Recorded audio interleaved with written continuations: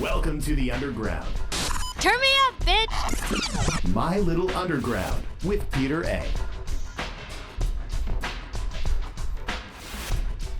It's My Little Underground. I'm Peter A. Make sure you're listening anywhere you get podcasts, and you can follow me on socials at MLU Pod.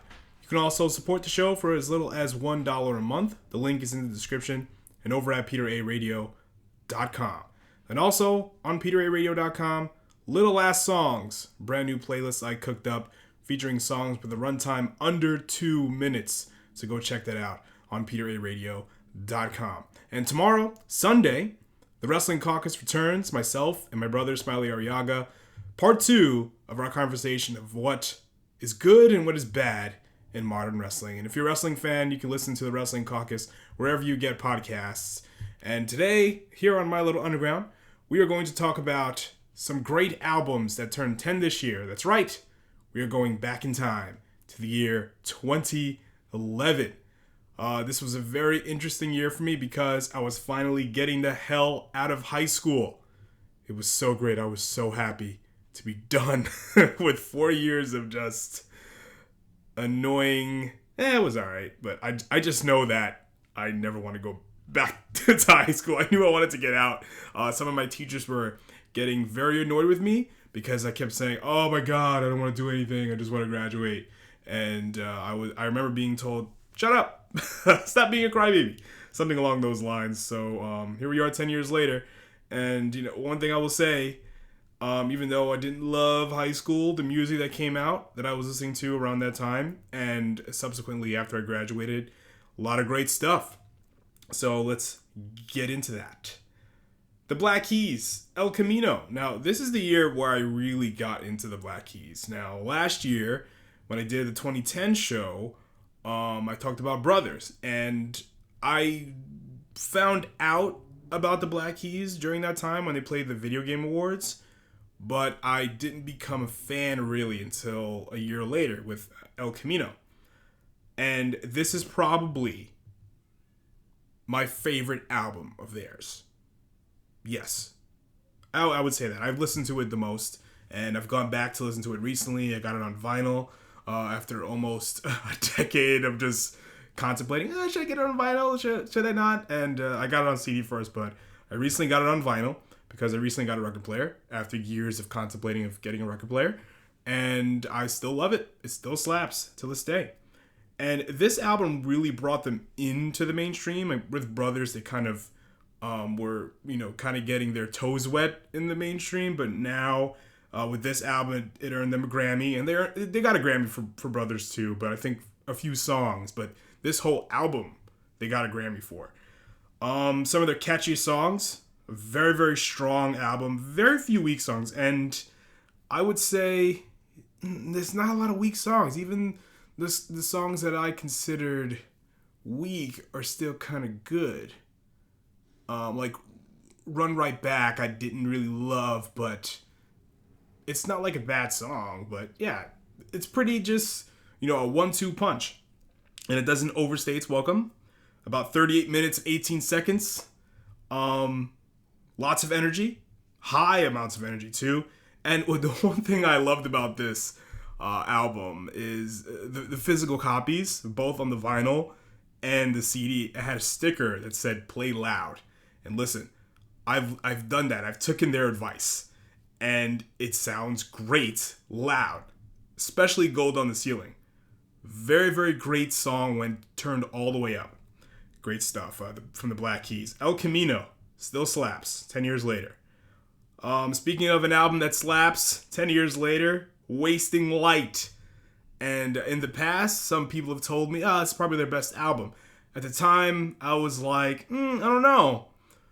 My favorite is There's Nothing Left to Lose. And but yeah, that's probably my favorite album. But this is probably up there amongst, like, if someone's trying to get into Foo Fighters and they ask me, what album should I listen to? I would tell them this. This is probably the first or second album I would tell them to listen to.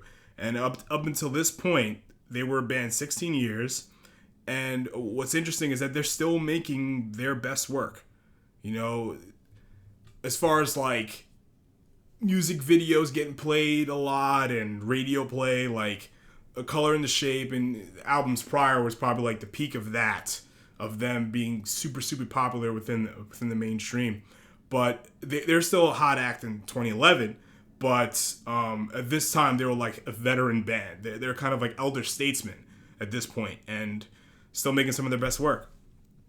And this record sounds very fresh, relaxed, comfortable. But I think all that kind of comes from how this album was recorded. Now, this album was made in Dave Grohl's garage, recorded right to tape.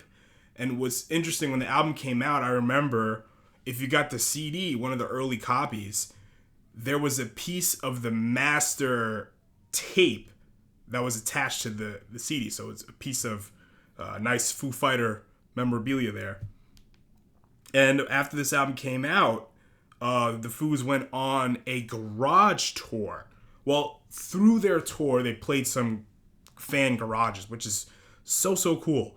And I think especially the drums, man, Taylor Hawkins, these drums, they sound so crispy and raw. It's fantastic. And this album's release coincided with the release of the documentary Back and Forth. I really love this documentary. Actually, I've been meaning to watch it again. It's a very honest history of the band because it tells you all the good and bad. And, of course, the very sad genesis of the Foo Fighters project.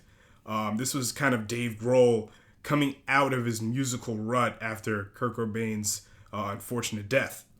And they also talked about the firing of William Goldsmith during the recording of The Color and the Shape. They even had William on to tell his side of things. And they trimmed down to a 3-piece for their third album, There's Nothing Left to Lose, my absolute favorite album of this. Pat Smear left the group, and during the documentary, he says, he just got sick of playing the songs.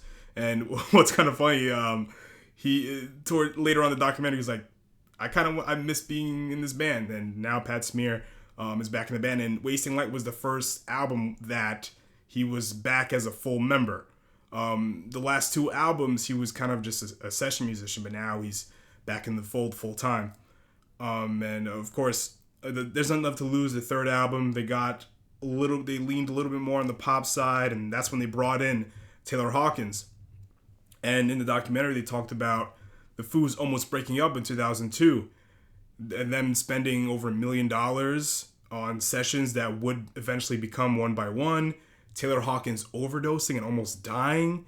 And during that time where Foos were kind of, at a standstill almost because of all the things that were happening, Dave started playing with Queens of the Stone Age, and Taylor says openly like he didn't like that, but then he saw them live. He's like, oh shit. And then after that, everything's all good, and they record One by One, and there we go. And not to tell you everything that happened in the documentary, but just some of the highlights. This documentary also is kind of like a making of Wasting Light, and it shows the recording process, them setting up in the garage with Butch Vig producing. And what's kind of interesting, what's kind of cool too, during the recording, Dave's daughter would always bug him saying, hey daddy, come swim with me. And he actually swims. It takes time, takes time off recording and just swims in the pool with his daughter, which is really nice. So Wasting Light aged very well in 10 years. Section.80, Mr. Kendrick Lamar. Now, this was kind of his first brush with the mainstream. And I think a year later, Good Kid, Mad City really fermented him as a superstar in the rap world. And at the time when I first heard it, I didn't think anything that was really in the mainstream at that time didn't sound anything like this at all, in my opinion. And this year was crucial for Kendrick because he got a big cosign from, I remember Game doing interviews at this time. That's how I found out about Kendrick. He was saying Kendrick Lamar. And Game put out an album in 2011, and he had Kendrick featured on it. And that's how I discovered Kendrick and really was like, okay, this guy is something else. And Snoop Dogg famously passed the torch to Kendrick. I think the clip is on YouTube. It's awesome. And then you see Kendrick Lamar just openly weeping. It's a really nice moment though, really cool. On this album, man, Section.80, this is such an interesting album. I love it so much. Songs like Fuck Your Ethnicity, ADHD, High Power, Absol's Outro, Ronald Reagan era. These are the songs that really made me a fan of Kendrick Lamar. And if you came to get to know Kendrick Lamar after this album and you haven't heard Section.80 and you just know Good Kid and To Pimp a Butterfly, both fantastic albums too, I would go back to Section.80 and revisit some of these tunes. You would be amazed. And what I didn't know at the time was that Section.80 was kind of a concept album about two girls, Tammy and Keisha, and they started to become unfaithful to their boyfriends because they were unfaithful, and they ended up falling in love with each other. And also, there's a sprinkle, well, not a sprinkle, like there's an overarching theme of like the Ronald Reagan era and how the war on drugs kind of affected, and the crack epidemic affected Kendrick's neighborhood. You kind of hear and feel Compton in this album. Really good stuff. Very timeless too. Definitely still slaps 10 years later. The Roots, yet another concept album. Undone. This album came out late 2011, very, very late, close to Christmas time. And it was, and it's a great way to close out the year, I must say. And I kind of felt stupid because I was listening to a lot of reviews of this album at the time, and they were talking like, yeah, it's a story told backwards. I'm like, I just didn't get it listening to it. I guess it's one of these albums when you have to listen to it multiple times to really kind of really understand what's going on. And this is the follow-up to 2010's How I Got Over, one of my favorite Roots albums. And the story of this album is about a fictional character, Redford Stevens, which is actually named after a Sufjan Stevens song, and he's actually featured on this album, which is cool. And it's told backwards. The album starts with his death, and it just goes through what this character's brush with death, with gun violence, and Black Thought has said that this is kind of the norm in growing up in Philadelphia when Black Thought was growing up. Unfortunately, he had parents that were victims of gun violence too. So again, like I said, like when I first heard this album, I just didn't understand it, the concept of it. But now it's a story, it's a narrative, but it's also like a metaphor for growing up in certain parts of the country. And this album was actually my first brush with Big Crit, and he's on the song Make Mine, and one of the best songs on this album, one of my favorite tunes from Undone. And I recently re-listened to this album. It's still great. It's not one of my favorites in the Roots catalog, but it's still one of their standout albums, I think. Beastie Boys, Hot Sauce Committee Part 2.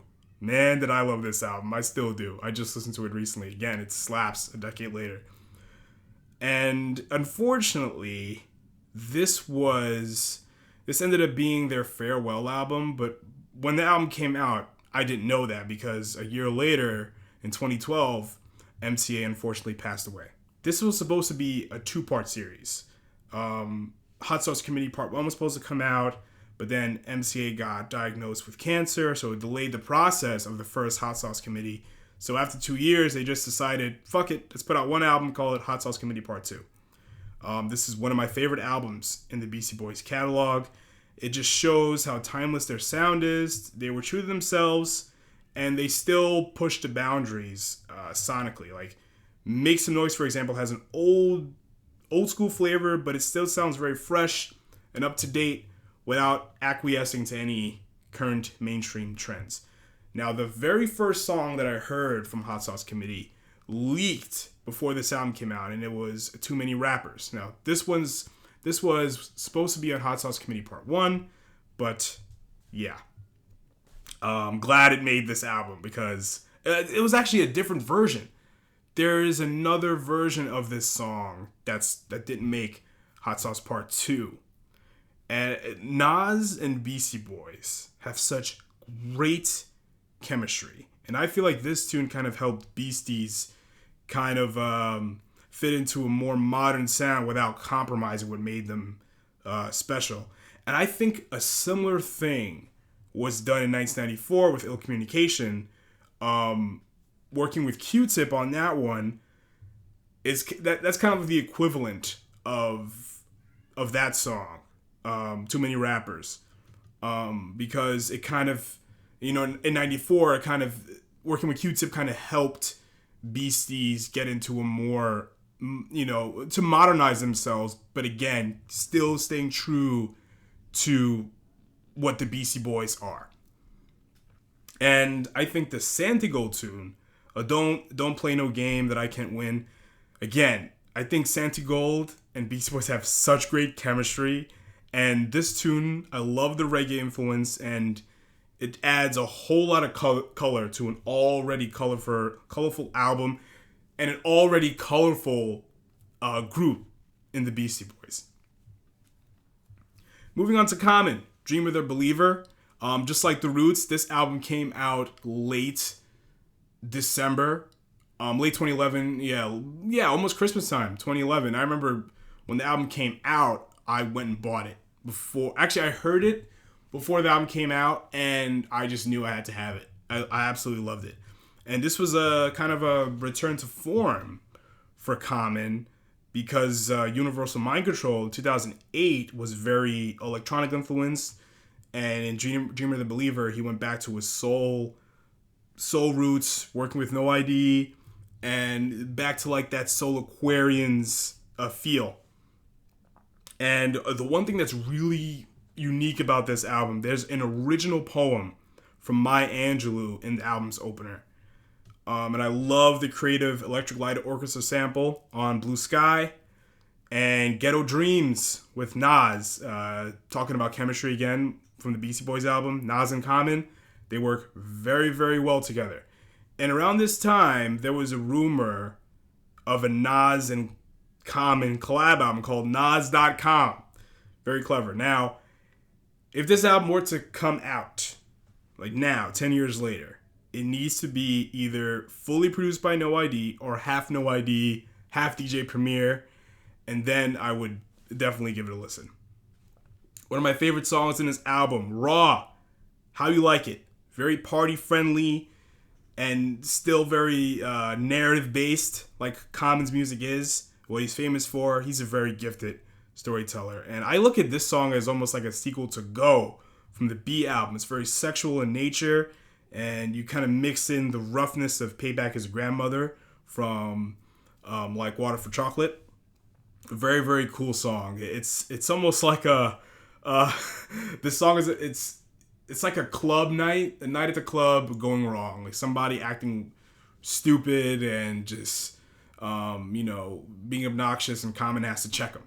And it's very, very entertaining too. It's almost like the soulful version of 50 Cent's In the Club. But Dreamer the Believer is definitely a standout in Common's catalog. And he was already a veteran at this point. And I think one of the big themes in 2011, at least all the music I was listening to, a lot of veteran artists are making some of their best work and still staying fresh. Speaking of a veteran, we got Pharoahe Monch, War, We Are Renegades. Now, this wasn't exactly his comeback album because he put out an album 4 years prior, and that was Desire. And Pharoahe Monch, underground rapper, and this album has that feeling. It's very, has a revolt nature to it, and he's almost revolting against society and music industry at large and overcoming that. And it kind of has like a post-apocalyptic feel to it. Wide array of features on this project. We have Jill Scott, Vernon Reid from Living Colour, Styles P, Royce da 5'9", Jean Grey, and Immortal Technique. The title track, one of the standouts on here, has a very explosive chorus from Mr. Immortal Technique and an equally explosive guitar solo from Vernon Reid.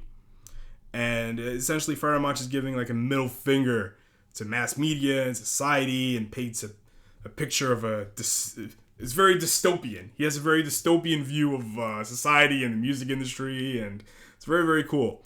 Probably my absolute favorite tune on this album is Hitman. It's an attack on the politics of the music industry, talking about radio, payola, and this is an exhibition on expert lyricism. A lot of deep and creative metaphors and wordplay that all have a meaning, because some rappers now, they're very technically talented, but they're not really saying anything within their complicated flows, and Pharoahe Monch is saying a lot on these tunes. So that's what makes a great lyricist to me. So if you haven't heard this album from Pharoahe Monch, if you're the type that was, you only liked Organized Confusion, or you only like Internal Affairs, I would definitely give We Are Renegades a listen from Pharoahe Monch. One of the standouts in his catalog, in my opinion. Foster the People, Torches, their debut full-length album, and I really enjoyed this album because it makes me feel good. Lots of radio-friendly indie pop tunes and the massive pumped-up kicks. And I first heard the song while waiting online at Six Flags on the Green Lantern ride. And I'm like, what's this? This is cool. And I went home, looked the song up, and I just immediately wow, this is my jam. And I listened to it a whole lot. And it's just a collection of really pleasant sounding tunes. It doesn't reinvent the wheel at all. Nothing innovative about it at all, but it's just fun. Very pleasant. This album can be the soundtrack of anyone's suburban barbecue, or I just picture a rooftop party in a very hip section of Williamsburg. It's the weather's getting warmer here in New York, so this is the perfect time to put this record on and just kind of feel good about yourself. That's all. The Black Bells. This is their debut full-length self-titled album, led by Miss Olivia Jean. And I got into this group. I found out about this album after discovering Olivia Jean in 2014 when the Blacktop Love Killings album came out, her first solo album. And this record, it's like the Black Bells. It's a goth-like garage pop album, and it was produced by Jack White. And the songs are fun, just like Foster the People. It's very fun, tongue-in-cheek, doesn't reinvent the wheel. Lots of songs about howling at the moon. It's spooky, but it doesn't take itself too seriously. And I just think, 10 years later, I re-listened to the album because I remember when I thought it was very silly and I didn't love all the songs, but I re-listened to it and I love it. It's so much fun. It's very entertaining. It's definitely worth a listen. And I do think 10 years later, Olivia Jean needs to bring back the Black Bells, do another record. Let's go. Halloween 2021. Come on, Olivia. Bring back the Black Bells. Let's go. Maybe, because they were on Stephen Colbert when this album came out. So hopefully Stephen Colbert pokes Olivia Jean and Jack White to, get another Black Bells album out here. Danny Brown's Triple X. Now, this album, when it came out, took the internet by storm. You cannot open up any music website without seeing this album cover. It was put out on Fool's Gold Records for free. Same situation with Run the Jewels 2 years later. This album, very creative. Danny Brown has a very creative rap style, unique voice, and this record had a lot of creative production too. It was hilarious, fun, and it sounds like a drug bender on wax. That's really what it is. Almost like the rap version of Black Sabbath's Snowblind. And Danny said he took a vinyl approach to this album. So, like the side A, so to speak, there's two parts to this album. The first half are songs that are just fun and humorous, and then on the metaphorical side B, you have songs like DNA that take a more serious tone, almost like coming down to from all the crazy drugs done on the first half of the album. And I remember when this album came out, I didn't listen to it. I listened to a few of the few of the Black Milk EPs that he did. That's what kind of got me into Danny Brown. But I didn't hear this album in full until like recently. Maybe like a year or two ago, I tried listening to it, but it's very, very good. It still holds up. And all in all, I think 2011 in music, at least all the stuff that I was listening to, this was a year of great comebacks. Foo Fighters, Pharoahe, Monch, Beastie Boys, all three put out albums this year after taking 4 years off. Like those three artists, their last albums were in 2007. And 2011 also, to me, was a year of breakout stars. You got Kendrick Lamar with Section.80. This album kind of helped him break into the mainstream. And Danny Brown's XXX. Quickly, this record kind of cemented him as a major player within the independent rap scene throughout the 2010s. And the Black Keys with El Camino, they're kind of solidifying their rock star status with El Camino in a time where rock music was kind of falling out of favor within the mainstream. But all in all, I think 2011 was a great year for music. All these albums I'm still listening to today, even though a few of them I didn't discover until a few years after. But yeah, I will be making a playlist of this, so be on the lookout for that. And I'm Peter A. This is My Little Underground. Thank you for listening. Listen wherever you get podcasts. Later days.